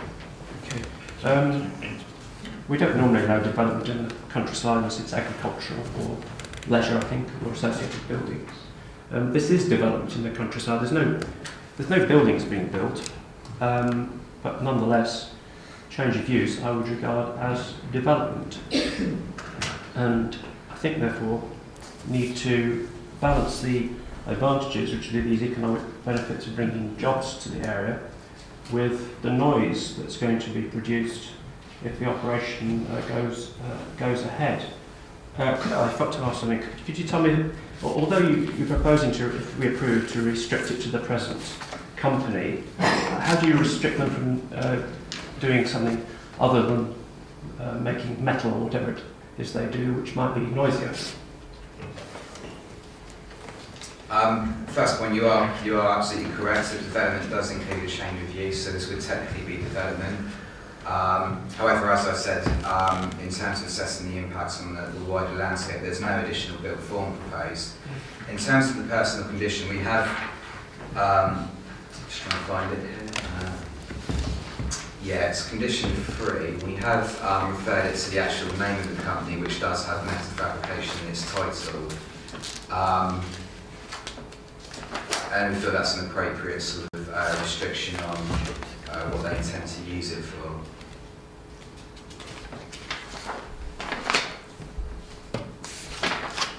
Is that legally clear though? It's only names, isn't it? If members feel it necessary as belts and braces, I think perhaps we could put an additional line saying what they actually do, say a sort of line saying for metal fabrication or something to that effect, if members are concerned that just listing the name would leave some wiggle room to perhaps do something different on the site. So I think that condition would certainly be brought to that. We'll just put in a brief description that they are a metal fabrication business. Okay. I am at the moment minded to refuse this. I think it's inappropriate development in the countryside, and I don't think the economic benefits outweigh, but I'll listen to what other members got to say. Michelle. A couple of questions. Have you actually checked the noise of their present location? An unannounced check, not necessarily telling them you're coming on this time so they can quiet machines to get a better idea of the time is. And can we put the condition of the hours from 8 till 6 in the evening? Because even though you say all daylight hours, that means they could go 9:30 at night during the summer. which would not be particularly appropriate in a residential area. Second of all, can you also guarantee that someone will check the noise after they're operating if we approve them, and unannounced as well? Because if you tell them you're coming, they're obviously going to quiet it down. I'm not saying that they are, but I'm just saying it would be better to do it unannounced. I haven't been on the existing site in Hook. So our environmental health officers have looked at the report and they've asked for additional information, and they've looked at that as well, and they consider that that is appropriate. It wouldn't be, I wouldn't say, normal procedure for an officer to sort of do an unannounced check to sort of cross-reference what a professional acoustic consultant has written. If it went to appeal, you'd have to have good grounds to sort of say that a professional acoustic consultant has bit misinformation in there. Which they paid for the consultant? Sorry? Did we pay for the consultant, or did they pay for the consultant? Well, obviously we have our environmental health team who check the information in there, so we have checks on our own side as well. With regard to the opening hours, I mean, the opening hours are in condition 5. They don't go on until 9:30. They are proposed to finish at 7 o'clock, and also, as you've heard, on Saturdays at 1 o'clock. And we feel the noise emanating from the building will still be below the general ambient noise of the area. Then, so we feel that's more than appropriate. Members wanted to condition it further. That's something they can consider if they wish to. My advice would be that isn't justifiable, but they can certainly consider that if they want to. In terms of checking the noise, I mean, in all cases for things like this, we do rely on neighbours to tell us about if they feel that anyone's not complying with certain conditions, or if they do feel it's a statutory nuisance. It's certainly not usual for us to sort of go around checking noise levels once we've permitted an application straight away. In any case, as I've said, in terms of the noise that would emanate from the buildings, it would be significantly below the ambient noise in the area, and therefore we feel is acceptable on that grounds. Justin. Thank you, Chairman. Can I just pick up on a couple of points that you've heard from the officer?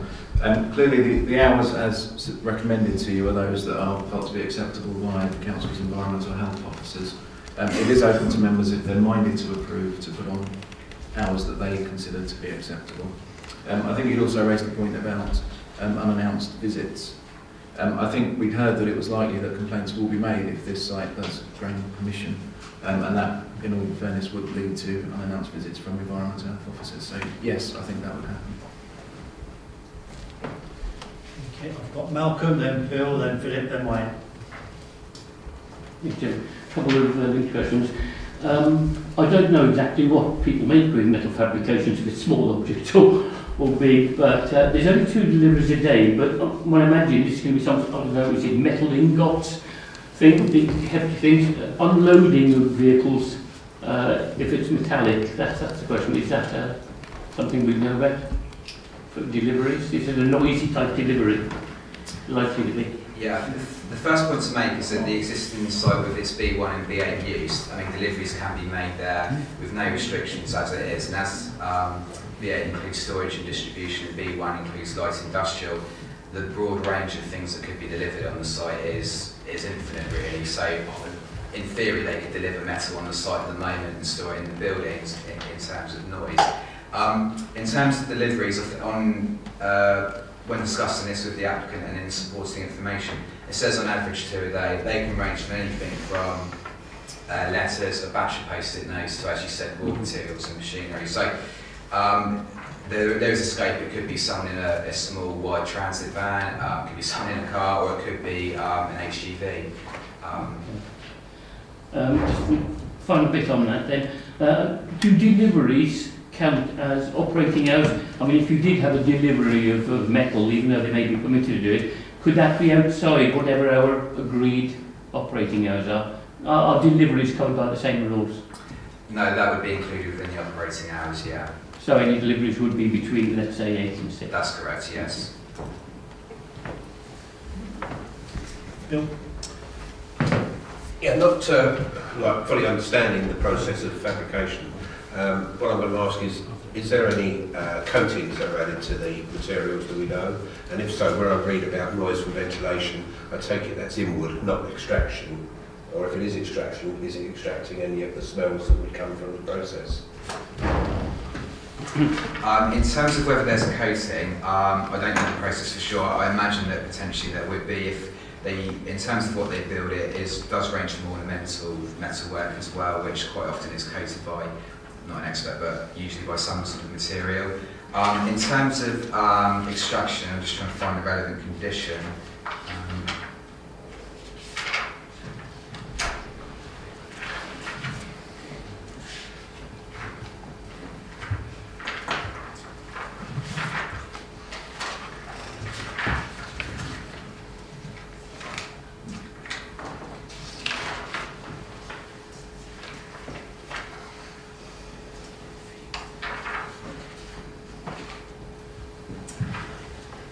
Yeah, it is under noise mitigation, but generally the sort of mechanical ventilation details would include sort of extraction details as well. That would only relate to noise? Not necessarily. It is included within there because it was principally put on for noise reasons, but that would include extraction details as well. We can make that more explicit if you feel that's necessary, because I do appreciate where it comes under noise mitigation. It may just seem that, yeah, we're just concerned about noise. Now, I have put it in my report as well about the issue regarding smells and odours, and that it would be caught by that condition. That's so we can make it more explicit if necessary. Just to come back on the point that was raised just recently about the noisy metal works, so you just reminded me that actually the V8 use class does cover works like a scaffolding yard, so it could actually theoretically have noisy metal on there, irrespective of this permission. Okay. Philip, then Wayne, then John. Chairman, I know this road quite well. I live in Finchhamster, and I was absolutely unaware that this site existed. It's extremely well shielded by trees on all sides, and so much so that I had to stand at the entrance to the site for the members to actually find it, because otherwise I would have just ridden past. So the site is currently a mess, no question. But it's a mess that's concealed. It's not actually visible to the countryside. And the question is, if you now open it up to constant use, it will become visible. And I do think there are more appropriate sites. We have lots of space in Nine Mile Line, in the industrial estates, for something on this size. No, I think it would become an impact on the countryside if it wasn't constant use. I'm feeling that was a comment there, you're not expecting a response? Okay. Wayne? You've answered most of these, but so we do have the freedom and flexibility to change hours of use as a committee. But this one's building on Bill's question around the noise. Have we actually, or has the environmental team seen what is going to be proposed on these buildings? Because, like Philip, it's a mess, and those two buildings that we're looking at there, I would be very surprised how they're going to bring those buildings up to a standard that's going to mitigate noise to the level that's suitable to the surrounding area. And then I would build on that around the amount of extraction you're going to need to create legal working space inside those buildings, and there's only one way that can go is out, and that's going to be a lot of noise going out. So you add that to the noise factor, and having spent quite a lot of my career in insulation, I kind of know this very well, and the amount of insulation you're going to have to put on those probably will be about 8 to 10 inches to bring it to a suitable level. But coming back to the point you raised, Mark, on a number of times, you keep referring to the ambient noise levels. You're referring to traffic, I presume, because when I was there the other Friday, the only noise I could hear was traffic. Yeah, in terms of the acoustic report and the existing buildings, the acoustic report actually bases it on the buildings as they are, so single-skinned breeze block structures with the doors. And even considering that, they feel it's acceptable and quite a way under the ambient noise level. As I've just mentioned that, the ambient noise level is just generally the noise level in the area, and as you correctly point out, that is largely based on the A327, which creates most of the noise in the locality. So going back to my first point, in terms of the acoustic insulation to the building, they can use it at the moment, and according to the acoustic report and environmental health team, providing that it was sealed, there would be no detrimental impact, and it would fall quite a way below that. The applicant actually owns a dry lining business, so he's well clued up in insulation, so he's well aware of what he needs to do there. It's not the case that it's not been thought through and there needs sort of meters of insulation. They know what they need to do. In terms of extraction, I mean, given the sound levels of the road and where the existing properties are, unless we have sort of specific information on the contrary, it's not my view that an extraction unit would raise such an amount of noise that it would then create a sort of level of noise which would be unacceptable to amenity and would be audible over the existing background levels when you're sitting in the public realm. So yeah, as I said, really, for the reasons that we consider acceptable. Welcome. Well, it's a more basic question, really. When we wandered around, there was no toilets or sinks or anything for washing. Is that a requirement that they would have to build one of those or connect in some way to? Especially if you're working in a job where you might not be covered with other sort of chemicals and materials. Yes, I think it's the applicant's intention to put those facilities in. They're not shown on the plans. If necessary, members could request that is shown on the plans. It's also covered by building regulations, so it may fall under that as well. Yeah, but I imagine building regulations, would it be on the building regs, could they meet it just by putting a sort of a chemical toilet cubicle on the ground? Would that be enough, or do they have to actually do a proper stuff? I think the intention is to connect it to main drainage, certainly from my discussions. Thank you. John? Thank you, Jim. Can we just go back to the previous planning history on this site? You look at the application 2004-2731. You talk about building A. Can you tell us what is building A? Is it unit 1, unit 2 or unit 3?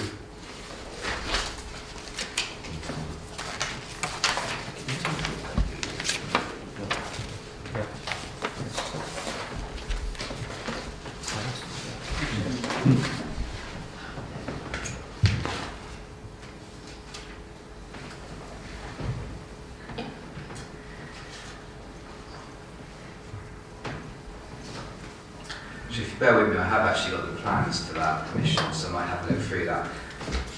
My understanding is building A, I think it's the largest one in the top right-hand corner. So that's unit 3? Yeah, and then the other two were permitted.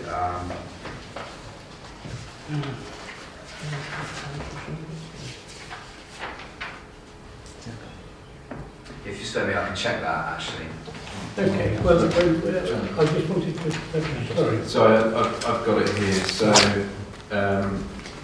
ABC meters 1, 2, 3. So that A is 1, B is 2, C is 3. So A is 1, which isn't B. Yeah, A is the smallest one on the left, as you're saying. B is in the middle, C is 2. Right, what I've heard being argued tonight, and this is, in my interpretation, light industrial. We're talking about light industrial here, aren't we? There is a crossover of when you consider something B2 or B1. Generally in the regs, it suggests that B1, light industrial, can operate literally next to a neighbouring property, whereas B2 wouldn't. And considering where this proposed use is internal and quite away from neighbouring properties, it's considered acceptable in this instance. But there is generally a sort of interpretation of when something is B1 and B2. In terms of metal fabrication, I would consider it a B2 use, if I'm honest. So you're saying small metal fabrication is a B2. So if they were doing small metal fabrication currently in Unit 1 on your plan, you would consider that to be outside the light industrial use? I mean, it's a good question actually, because it is a matter of fact and degree when you consider saying B1 or B2. The applicant has obviously considered it a B2 use. I would advise members perhaps not to get too caught up in B1 and B2 terms, as we have a specific proposal on the table from a company and how they intend to use it. They consider it a B2 use, that's what they've applied for, and I would tend to agree with them. Okay. Any more questions? Before I go to the vote, I just want to sort out the conditions that we've discussed. I think there's two simple ones which we would probably lump together, which was tighten the condition, the personal condition of what they actually do, what the company actually does, and also the tighten up on the extraction smells as well as the noise. And I think what I am proposing is, along with myself and Justin, we come up with the words on those two to make those tight that everyone would be happy with.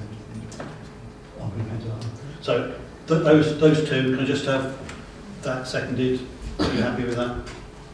I'm going to tighten up the condition on what they actually do. And that's on the basis that it gets approved? Yeah, clearly. I'm doing this bit before we come to the vote. Okay, I would second that. And along with the extraction smells to take that into account. So can I just have a show of hands that we're in favour of those conditions being added or amended? We're not approving it, just putting some conditions in if we did approve. Okay. Would we be in a position to do that? Yes. Tighten up? Yes.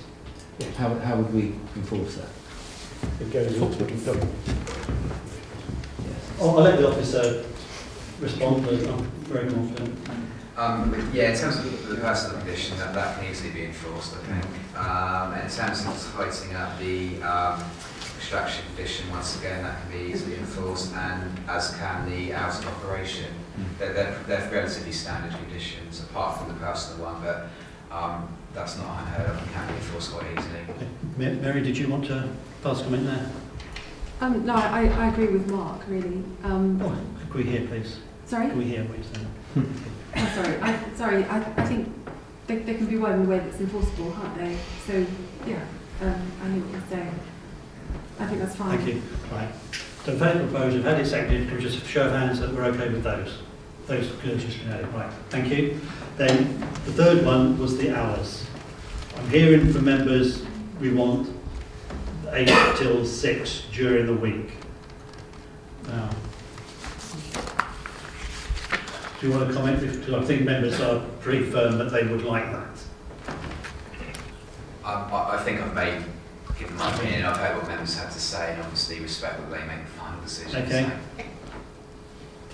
I'm going to propose 8 till 6 during the week. I'm looking for a seconder. Okay, we've got a seconder there. Show of hands that we're happy with that. We'll all agree on that condition then, 8 till 6 during the week. Right, now we come to the application itself. Is anybody wanting to propose an alternative to what we have on the table? Okay. Yes. John? My view, whether it's a planning view or not, my view is that the current permission that exists on this site is unfortunate, and I would not want to push it any further. I think the current, what's there currently, I would support because it's already there, but I couldn't support any additional changes. Okay. We're going to have some reasons for it, please. I believe it's unsuitable, and Chris had the reason. CP1, CP3. CP1, CP3. I will second that, Mr. Chairman. Okay, before I get to the second, I was going to get a comment from the officer or from Justin, and then from Mary. Chair, it'd be useful to be a bit more specific in terms of what the actual harm is, i.e. it's harmful to residential amenity or it's harmful to highway safety, that sort of thing, not just because it's contrary to a broad policy. So if you were to say it's contrary to the amenity of surrounding residential properties by way of noise, then that's yes, appropriate reason. I'm quite happy with that. Could you just say that again so I can hear? The reason would be that it was, for example, harmful to residential amenity by way of noise disturbance. Okay. And those visiting the countryside? Sorry? For those visiting the countryside? Mary? Yeah, that sounds fine. I was just a bit concerned it wasn't clear at first, but clearly Justin has clarified it. That's fine. And the residents as well. Okay. Just visiting the countryside. Okay. I am going to say that we've got it, members, we do have it conditioned that it will not make noise which is harmful. We have heard that from the officer. So I personally am concerned with going along with this. But clearly if we've got no other comments from anybody, we've had it, or I've asked for it again to be seconded. You're going to second it. Yes. So we've had it proposed, we've had it seconded. Mm. So it will need to go to the vote. Mm. So all those in favour of that proposal, of refusing the application, along with the statement that we've heard from Justin, please shut. Oh, hold on. I'm sorry, Chairman. I'm sorry, Chairman. That's okay.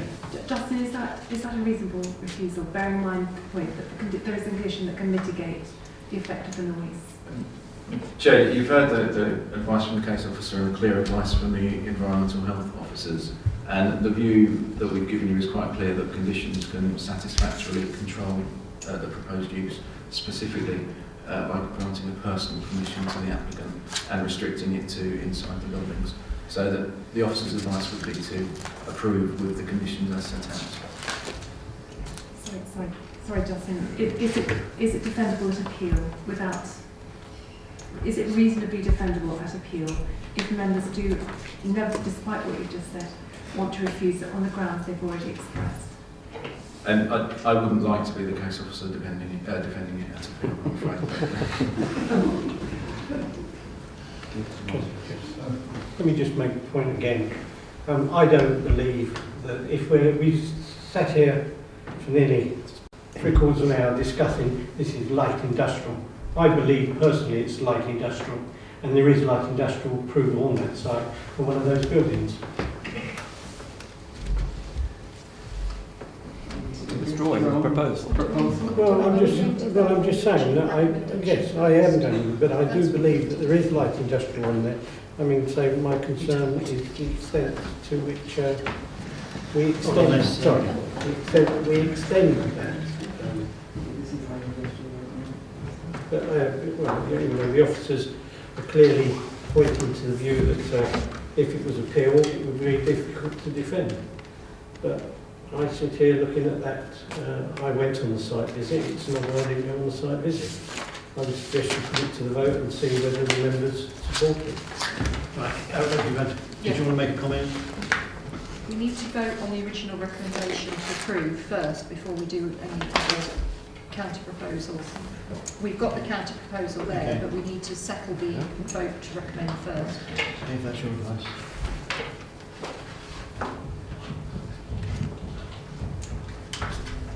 Okay. Right then, so I've been advised by Democratic Services that we need to go to the first proposal before we take the one that has been put on the table. Excuse me, I don't think that's correct. I personally, well, that's the advice I'm getting from Democratic Services.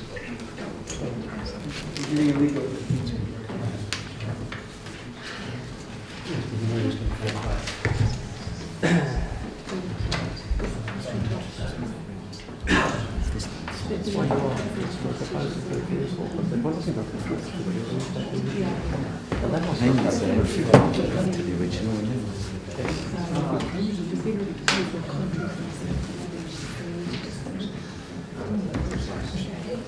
So, sorry, everyone. Perhaps we could, as John has suggested, vote on the proposal, which has been seconded by Chris.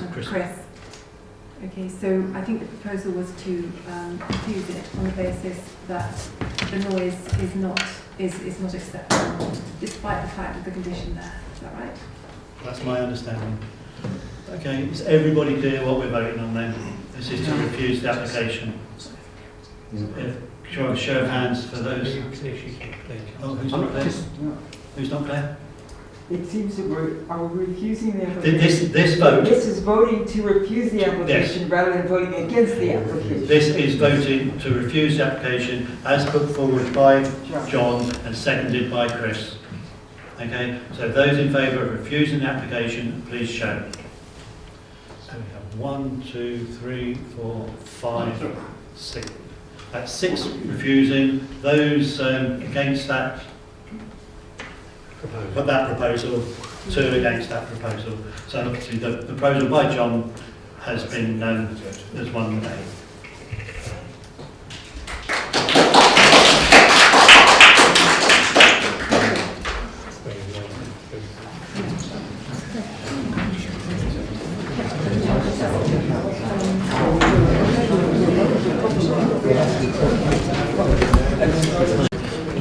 Okay, members, we will carry on. We've got agenda item 136, which is on page 87. It's the land at 56A, 5860 Finch Road Early. The full application for the erection of 6 dwellings and the demolition of houses 58 and 60. It's before the committee. The applicant is Wokingham Housing Limited, which is owned by Wokingham Borough Council, and the case officer is Mark Batchford. Thank you, Chairman. Once again, there's 2 updates on the members' sheet to draw your attention to. First is a summary of the density of the dwellings per hectare, which was requested at the Chairman's briefing. And the proposed density is 27 dwellings per hectare, which is exactly the same as the existing density of the area. The existing density of the site only has 9 units on its 9 dwellings per hectare. In addition to that, a revised layout plan has been submitted showing visitor parking spaces, and therefore condition 9 should be replaced with the conditions below. In addition to that, Chairman, and apologies for this, I've noticed some 3 other tweaks to the conditions which I would like members to take note of, please. In light of the new parking layout plan, the approved plan numbers in condition 2 should be changed to reflect that. The first one is the third plan number above, which is 2151A-102. At the moment it says Rev E, but that should be Rev F. Okay, you're just going to ask them to be a little quiet. The next plan number, which has been revised and therefore needs to be changed in condition 2, is on the 4th line down, and that is 2151A-110 Rev D, and that should be changed to Rev F. Condition 20 on page 91. Rather than removing Class E, it should remove Class F, which is hard standing. That's what the condition was intended to do. It's just a typo there. And also, so this was recommended by the highway team, but unfortunately I missed it off. And that is a condition which ensures that a footway is added, and that should read: no development shall commence until offside works comprising of the construction of a 2-metre wide footway for the length of the site and adjacent to Finch Road have been provided in accordance with details to be submitted and approved by the LPA. And obviously I can give that to member services after this meeting, an exact copy of that. Moving on to the presentation. The proposed application is for the erection of 6 dwellings following the demolition of 2 existing dwellings. This is the location plan with the site outlined in red. As you can see, Finch Road is to the east of the site, and the properties on the site, as you can see, are sort of orientated so that the flank elevation actually fronts onto Finch Road. This is the existing aerial photograph. Once again, Finch Road is to the east, to the right of the picture. And you can see in the middle there's the two dwellings there which are proposed to be demolished. And as I said before, the sort of flank elevation fronts onto Finch Road, which is a slightly unusual layout. You can also see in that aerial photograph, just to the south of those properties, there's a turning head there, which is proposed to be removed, and the footway will just continue directly across that. Moving on to some photographs just showing the existing site. If we start with the top left-hand one, that shows the flank elevations of the properties, and you can also see the footway and carriageway of Finch Road there, and you can just make out the distance of neighbouring properties to the south as well. If we move along to the bottom left one, that's looking the same way, so it's looking south down Finch Road, and you can see to the right the existing properties on the site there which are proposed to be demolished, and in the background you can also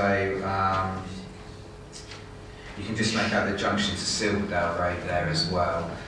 Moving on to the top right hand picture, this is the neighbouring property which when you're still in Finch Road is actually the one to the left of the site, and you can see to the right of that picture there's an existing substation there which is proposed to be retained, and you can also see the boundary treatment of that property there. Moving to the photograph below that one, you can see the existing property to the left there, and you can also see the property is proposed to be demolished just to the right of the picture, and the turning head there, you can just see park cars there. You can actually squeeze two park cars in the turning head. The third vehicle there is actually parked on the grass.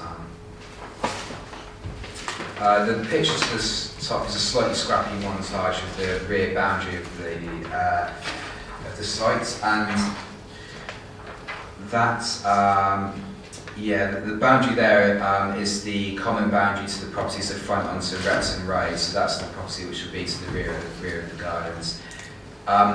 And the picture at the bottom is, as it says in the slide, a view from Robindale Avenue. The existing site is just above those garages there, so the proposal will just sit in that sort of space there. This is the proposed site plan, and this is the amended site plan showing the visitor parking. As you can see, there's 6 properties comprising of 3 buildings which would be semi-detached. I've just put the aerial photograph on the top right there so members can cross-reference the existing sites of what's proposed. Can I stop on that? Can you just show us the difference between the original plan and this new plan? Thank you. Yeah, so I haven't got it overlaid on this plan here, but as you can see, the existing building is here, and that at the moment is located approximately sort of in this location here. No, sorry, I've not made myself clear. I mean, the previous plan to this only had the 10 parking spaces marked up. This has now got 12, hasn't it? That's the difference I want you to highlight. Oh yes, sorry. The previous plan, which originally was submitted with the application, didn't have a visitor space here, and it didn't have a visitor space here as well, just where the cursor is. So they're right on the flanks of the site, the visitor spaces. Thank you. This is the proposed street scene. As you can see, it just shows it. It just shows it in relation to the neighbouring properties, and there's a general separations distance between them. Proposed dwellings utilise the same form as the existing dwellings in the area, so they have a gable end with pitched roof. They also utilise design features, similar design features to sort of bring them up to date, which include white render and also flat roof porches.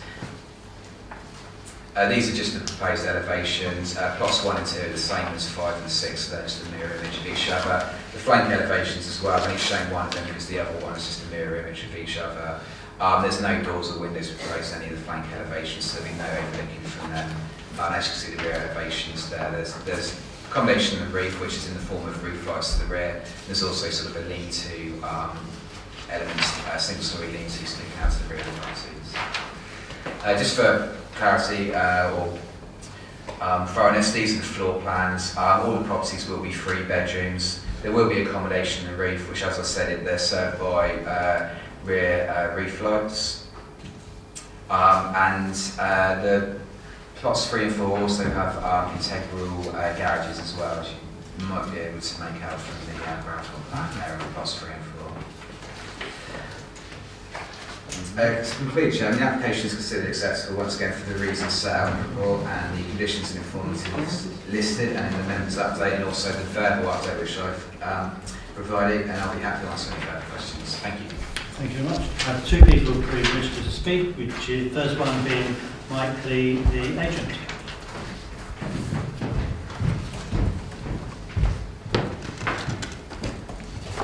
Welcome. Right, well, thank you, Chairman and members of the committee, and good evening, and thank you for the opportunity to speak. I would first like to thank the officers for the positive report and recommendation that is before you this evening.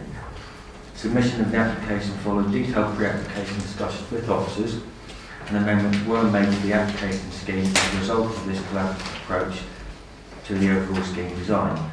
Pre-app response helpfully confirms that the proposal will result in positive benefits to the character and appearance of the area. The scheme is a joint project between Borough Homes and Wokingham Housing and involves the demolition of numbers 58 and 60 Finch Road and the erection of 60 houses which will provide both open market and affordable housing. The site is located in the settlement of Borough, a major development location, close to local services and public transport links, and as such there is clear policy support for such a proposal. As the houses are at right angles to the street, the layout and design of the scheme will strengthen the overall linear pattern of development and so enhance the character of the area. There is also substantial landscaping incorporated that will further contribute to the appearance of the development. The 60 houses are carefully designed to respect privacy and amenity enjoyed by neighbouring property, and all the proposed houses will exceed the internal space standards and private garden standards set out in local policy. The Highways Department raised an objection to the scheme, and members will note that following receipt of the late request, we've added 2 visitor parking spaces. As set out in the report, the scheme will also be acceptable in relation to environmental considerations in terms of trees and ecology. The development will also provide secure cycle parking for each house. Such a well-designed and considered development clearly complies with both national guidance and local planning policies, as further demonstrated by the positive report before you today. In summary, the scheme with Wokingham Housing involved will secure much needed affordable housing for the borough, which is one of the council's underpinning principles. That the development is sustainable, is located close to local shops and services within the settlement of Borough. The siting and design of the development has been carefully and sensitively considered, and the incorporation of typical architectural styles and landscaping will enhance the character of the area. The development will accord with both national guidance and local policies and will ensure a sustainable, well-designed development. In light of the above, and in accordance with the positive report before you, I trust that the committee will find the scheme acceptable. I would just like to make a slight clarification, which is plots 3 and 4 have carports, not garages, proposed. Thank you. Right, and now we have the board member, Ken Mark.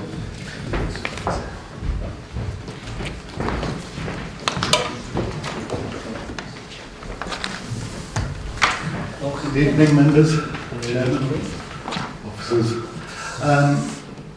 I'm here speaking tonight on behalf of the 3 main Derby councillors. A couple of years ago, 2.5 years ago, there was a very inappropriate plan that went through for this particular space, and it really was upsetting for quite a few people. This one, I just can't see any fault with at all, and we all in agreement that this is probably a good build and will improve the area. So I'd like just to wish that was approved. Thank you. Thank you very much, Ken. Thank you. Can we just have some clarification? Can we just have some clarification on those carports before I open up to members? Yeah, so the speaker was correct, so I misspoke, they are carports. Thank you. Right. Who would like to speak on this? Michelle? Guess what I have to ask? You have one of the visitor spaces in front of the substation, in front of the diagram right here. I was just curious about why. It says access kept clear for substation, but that's where you want to put a visitor's parking space. Next of all, I do actually applaud the fact that you put 12 parking spaces for 6 dwellings. That's a nice idea. 2 car spaces per dwelling, which is what below what normally most people own cars in this town. But anyway, where's that extra visitor parking space? Are you blocking the substation or not? And where's the second one? Just to kind of come back, it's not me that's put the parking spaces there. It's been proposed by the development, but it accords with the council standards, so therefore it moves on. In terms of the spaces, I think the updated plans on here is not the same plan as in there. You are right, in front of the substation says keep clear. That's because that's access for the substation, not parking space. The visitor parking spaces have been provided. On the outside. So that's the substation entrance. Yeah. Parking spaces obviously to the side of it, and then to the rear, so it's one at either end. So there's 12 in total. So there's 2 carports in here. Yeah. Carport here, carport. Yeah. And then obviously the rest of the visitor spaces. We're just looking at this map, looking at this thing right here, which is not accurate. That's the one that the officer mentioned was incorrect in the update. Any other questions? Not at all? Okay. Right. We have the recommendation on page 87, which is to approve, subject to the conditions laid out in the agenda. And then on the members' update, see we've got the revised plan. So all those in favour, please show. And that is unanimous. Thank you, members.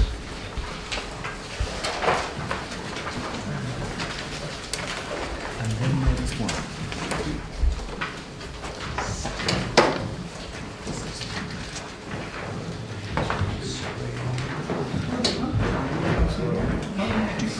And members, we're on to the last agenda item of the evening, which is 137 on page 105. It's Unit 21 at Sutton Business Park in Earling. It's an application to vary condition 28, which refers to the delivery hours. It's before the committee as it's been listed by Councillor Swaddle. And members went on a site visit prior to the original application, and the case officer is Graham Moore. The site is located just off the A4 on Sutton's Park Avenue in Early. It is within a major development location and a core employment area and comprises part of Sutton's Business Park. On the 14th of September 2016, the committee resolved to grant planning permission for the redevelopment of part of Sutton's Business Park. In relation to the site, this was for the demolition of the existing unit and the erection of an A1 retail use building and an A3, A5 restaurant and drive-through. This was subject to a number of conditions, one of which restricted delivery times for both buildings. The current application seeks permission to extend the delivery times by half an hour in the AM and PM periods to allow for supplying and stocking of produce before and after opening and closing times. The reason for the condition was to mitigate the impact on residential amenity through noise and disruption.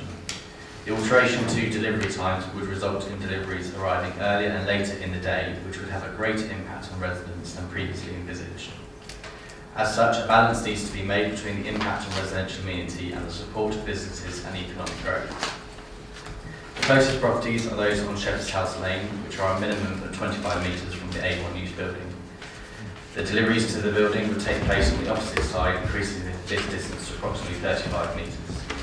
As set out in the report, the lorries would be sealed onto a dock, allowing for deliveries to occur internally, and engines will be turned off at this time. Electronic pallet jacks rather than delivery cages will be used, and outside of store opening hours, audible warning systems would be turned off. With regards to the A3, A5 use building, the deliveries will be of a much smaller scale and occur approximately 95 metres from the properties on Shepherd's House Lane. In balancing the impacts of the proposal, it should be noted that properties exist adjacent to an established business park and a railway line. Additionally, condition 11 of the original permission requires a delivery management plan to be submitted, which would agree details of deliveries. However, no noise assessment has been submitted with this current application, and this would establish the tonal qualities for the area and how the proposal would impact them. As a result, the Environmental Health Officer has recommended a temporary permission with regards to the change to delivery hours to 12 months. This is considered to achieve an appropriate balance between protecting residential community and encouraging businesses. The change to delivery hours would result in vehicle movements occurring further away from the peak AM and PM times, and therefore a minor betterment occurs in terms of the highway impact. Also, in considering the issues raised by the original application, the change to delivery hours is not considered to have a harmful impact. There are no updates to the application members update, and therefore, subject to the conditions set out in the report, the application is recommended for approval. Thank you. We had 2 speakers registered. The first one is the agent, Mr. Vashi.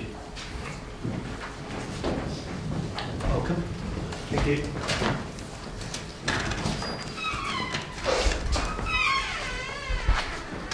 Evening, councillors, and thank you for letting us speak this evening. Just a couple of points to make. I think the officer has set out the main issues at play here and the measures which Aldi and Standard Life will adhere to as part of this application. But just a couple of points, that the additional 30 minutes has to be seen in the context of the wider operation of the park, which operates on a 24-hour basis. Also, that customers will be able to visit this part of the site from 5:30 onwards in vehicle, so therefore the addition of a 1 or 2 extra vehicle movements is not going to really result in that much significant noise pollution in this area. Also, as the officer mentioned, the loading and unloading of goods takes place in an enclosed dock environment, so again the noise levels are greatly reduced. Aldi do operate in many residential areas across the UK with the proposed changes to the opening hours, and they have very, very little in terms of complaints about their operations and are a good neighbour. Taking all of that into consideration, we have agreed with the officer to accept a temporary permission to assess the activities at the site over a 12-month period, after which it will be our presumption to submit an application to make that change permanent, subject to there not being any noise complaints and our own noise assessment which will be undertaken during that 12-month period. So on that basis, I would support the officer's recommendation and ask you to consider those points in your deliberations. Thank you. Thank you very much. And the last speaker then is Councillor Swallow.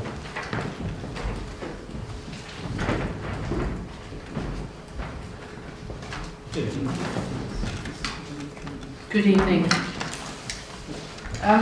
When Aldi put in an application to put a supermarket on this site, residents had mixed feelings, but most of them welcomed it. They could see the benefit of having a new economical retail place to go to, and the hours that were put forward at that point, they were happy with. They felt they could live with that. It wouldn't have a major impact.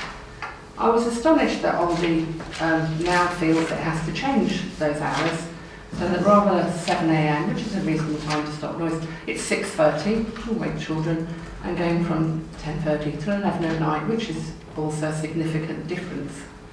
What surprises me is that Aldi isn't new to retailing. You know, we all know that they are an experienced, successful international retailer who should know when a shop needs to open for deliveries, to restock, to be able to operate and function effectively.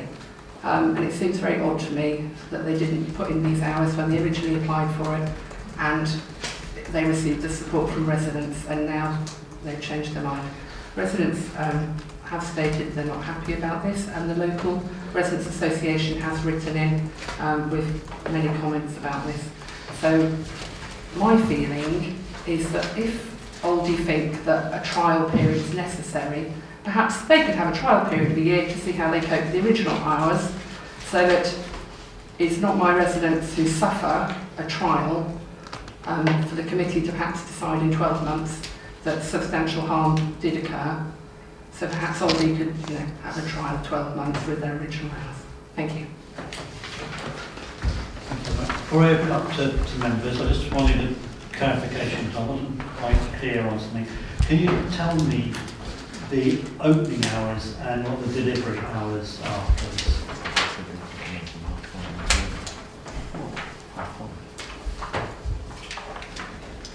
So the opening hours are stated at conditions 29 and 30, which is on page 113.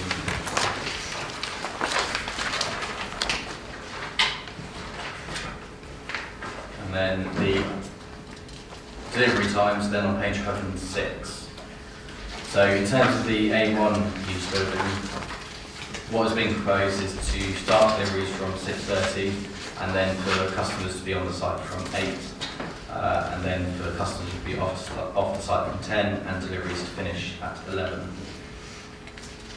In terms of the A3, A5, what's being proposed is customers to be on the site from 5:30 and deliveries to commence from 6:30, and then customers to be off the site by 10 and deliveries to finish by 11 again. Thank you. Right, I've got Bill, then Wayne. Yes, on the site visit, I think we sort of agreed that there wasn't going to be much impact to the local residents with the delivery vehicles being in the position they are on the loading bay. My only question is, the delivery time is 6:30. Would this prohibit the vehicles even arriving before that time? Because obviously these vehicles do have refrigeration units on them, which can be quite noisy if they're just going to come onto the site, turn their engines off, but the unit's running prior to the 6:30. So what I'm trying to say is delivery time is delivery time, but does that restrict the vehicles arriving before that time? Yeah. Yes, they could theoretically be on site at that point. There is nothing to stop that. But the point would be that the information that's been submitted with the application is that the delivery lorry driver is in contact with the store manager, and they do organise to make sure that they do arrive at the correct time, and indeed let them know if they were to be early or if they were to be late. There is also a point that once stopped and outside of store opening hours, they would turn off refrigeration units. Okay, thank you. Just one other thing. It says that on page 106, on the basis therefore the application is recommended for approval, revision changes the hours occur for 12 months. This would mean a further application, but then on page 109, within 6 months of the occupation of either building, the operator shall prepare a delivery management plan. Would that condition now be altered to 12 months? Because we're saying on that page 12 months, and on this page it would be necessarily 6 months. Is that the same thing? You're talking about condition 11, which the 6 months was part of the original commission. Right. Really, there wasn't really any change proposed to that condition. The point of it really is to say that within 6 months of occupation, we would like to agree a delivery management plan, and that will go into greater detail as to exactly how the deliveries work and will secure exactly what's happening.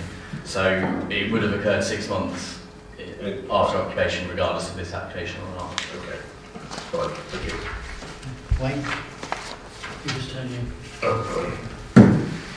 Graham, I'm listening to the agent and you just confirmed it. Which part of the actual park can customers use from 5:30? So the A3, A5 building, which is a small building with a drive-through coffee on it, that's open from 5:30 for customers. So the point the agent made that it would probably have several vehicular movements between that period of 6:30 to 7, but you also got customers that could be using it at that time anyway. It's just the unloading is the issue. Yeah, that's correct. John? I didn't go on the site visit, but I'd like to ask a question about which concerned me, which the officer said with regards to turning safety aids off or warning aids, reversing alarms and alarms that you get with pallet trucks and forklift trucks. I'm sure those safety warnings are on those vehicles for a reason. Where would that place the company if they were to have a major accident there by turning in the alarm? I just don't understand that. Usually, I can't recall the details. I haven't looked at this one in more detail this time because it was clearly only operations of ours, not getting involved in the beepers and stuff. Typically, the beepers aren't normally turned off unless you're in a closed yard, so we're in an area where there wouldn't be any other, and that's then down to the health and safety and the management of that yard and unit itself. So in this case, I have to admit, I probably just need to point out to Graham because I haven't looked at the detail of where these trucks are located. Where they would actually be delivering to. Yeah, but they're not reversing into a bay where parts cars for the stores will be. No, so the deliveries themselves would have gone to here. So essentially they come in through here, go there, up to there. So there's no movements within the yard or anything like that? Yeah. So the reversing doesn't take place in a public area. Is the point? That's the service area for the store.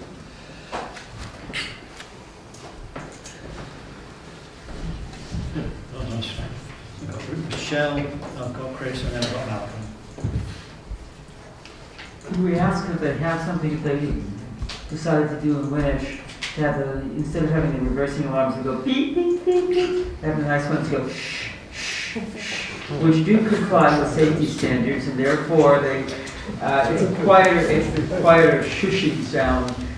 They put them into Winnish to one of the places there, and it's had no complaints at all from that. Could we ask for those kind of things?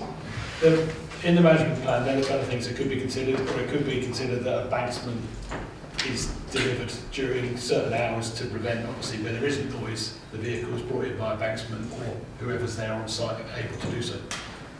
Most of the large lorries have a choice of either one of those signals because of places they're going into which they can't use the beep, beep, beep sound. Chris? I wasn't quite sure whether this application was here because it had been listed by Councillor Swaddle or because it was major. But no, listed. Because it was listed. So to confirm these in 12 months' time, would it have to be listed again to come here? Justin? It would fall away in 12 months' time, so that they would have to reapply. So yeah, where it called in, the application would come back. Or were members minded to request that a future application comes back to committee, it would come back. So we can request it to come back, you say? Yes, that's right. Yeah. Malcolm? Just a minor point on this reversing, making the noise again. If that's the delivery or collection down that blue building at the top, I imagine that's little more than one vehicle width, so it probably would have to reverse into that area anyway. So the lorry would turn down between the car parking or whatever, and then reverse up that shaft when if it's doing deliveries, and you load from the back of the lorry rather than the driver's window. So you reverse up there, and so the noise would only be in an enclosed area anyway. Yeah, you'd reverse, you'd either coming this way to reverse back into here, and that could be done with either the quiet beepers, the loud beepers, or a banksman subject to what they're doing. And there wouldn't be many people walking there, they could then be in the warehouse waiting to unload, wouldn't they? I imagine. Yeah. An unfair question on you, should have asked it earlier. We do have a number of these stores in the borough. Do they have similar delivery times as what's being proposed now or not? I know it's probably an unfair question. No, in fairness, I wanted to explain it. With the original application, we did look at other stores, and the hours that we agreed with the applicant were similar to what had been approved, both in this borough and in Reading. The applicant at that point did actually suggest extending the delivery times, and we resisted at that point because we weren't happy with the amount of information that they were putting forward. This is what this application does. It provides us with the application for us to be satisfied that there would not be a harmful impact on residential amenity. Obviously, the environmental health officer is taking that into account and recommending a temporary condition. But yes, it is essentially similar to other stores in this and Reading Borough. And there's nothing different about this store than why it should need the extra hours? The main reason is Aldi's operation in that it allows for them to firstly take deliveries in the morning, to take them all off the lorry, and then bring them into the store and stock it fully before customers arrive, and that's primarily fresh produce. In the evening, it then allows them to close the store, for then deliveries to occur, take them off the lorry, into the store, and put the stock up the shelves, and that's more the dry produce. So it basically means that all the deliveries and all the stocking can take place outside of the times where customers would actually be in the shop, and obviously there's more activity at that point. Thank you. Are there any more questions? Right, I am hearing then that we are concerned about the reversing. I know I've heard that it's going to be in the management plan, but do we feel we actually want, or could we put it as a condition about having is it a banksman there in the, on John's, wants to say something? I know what you're saying, Tim, but I think their health and safety is outside our remit. That's why they did that in the Winnish, and they did put it on the condition, on the Winnish application. Drop the microphone on so we can all just hear that, I'm sure. They did have a condition on the Winnish application in Winnish Triangle. I think it was Rockport development.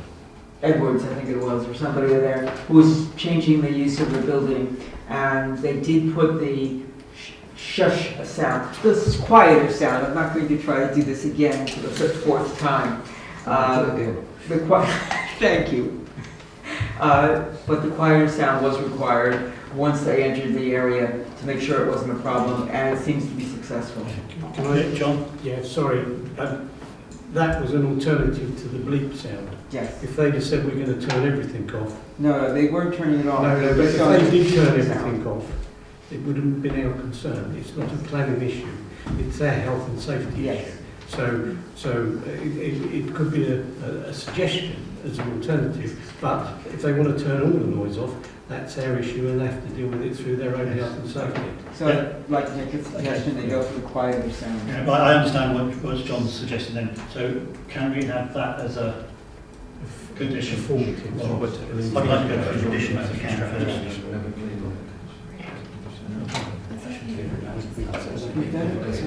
So just to confirm, that is included under condition 11 on the original consent, so it does already exist as a condition under the delivery management plan. No. Right, sorry, is there another condition you're adding? No, it exists. That's fine. The one I was looking for was purely for the half an hour, the 2 different half an hours that were going to be added, that there wasn't going to be any noise.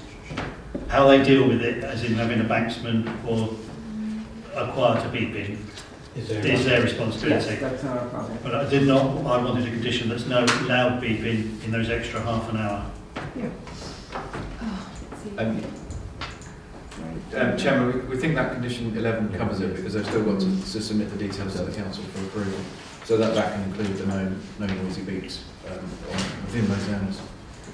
If you reassure me then that that's absolutely in there. Yeah, if I could just clarify, if I read condition 11, within 6 months of the occupation of the building, the operator shall prepare a delivery management plan to be agreed in writing, and then it does specifically say any mitigation methods to reduce the level of noise on residential properties to the satisfaction of the local planning authority. If you want to perhaps stick you can maybe just add slightly in there also regarding reversing alarms. And then it's very clear in that condition exactly what we are requiring. I propose to put that in there in that condition then please. Can I have a seconder? I've got a seconder from Rochelle. All in favour of that extra in that condition? Thank you very much. Are there any other comments before we go to the vote? Right. It is stated there on page 166. The recommendation is to authorise the granting of plan permission subject to the following conditions as laid out in the agenda. We don't have anything in addition in the members' update, so all those in favour please show. And that is unanimous, so thank you members. Right.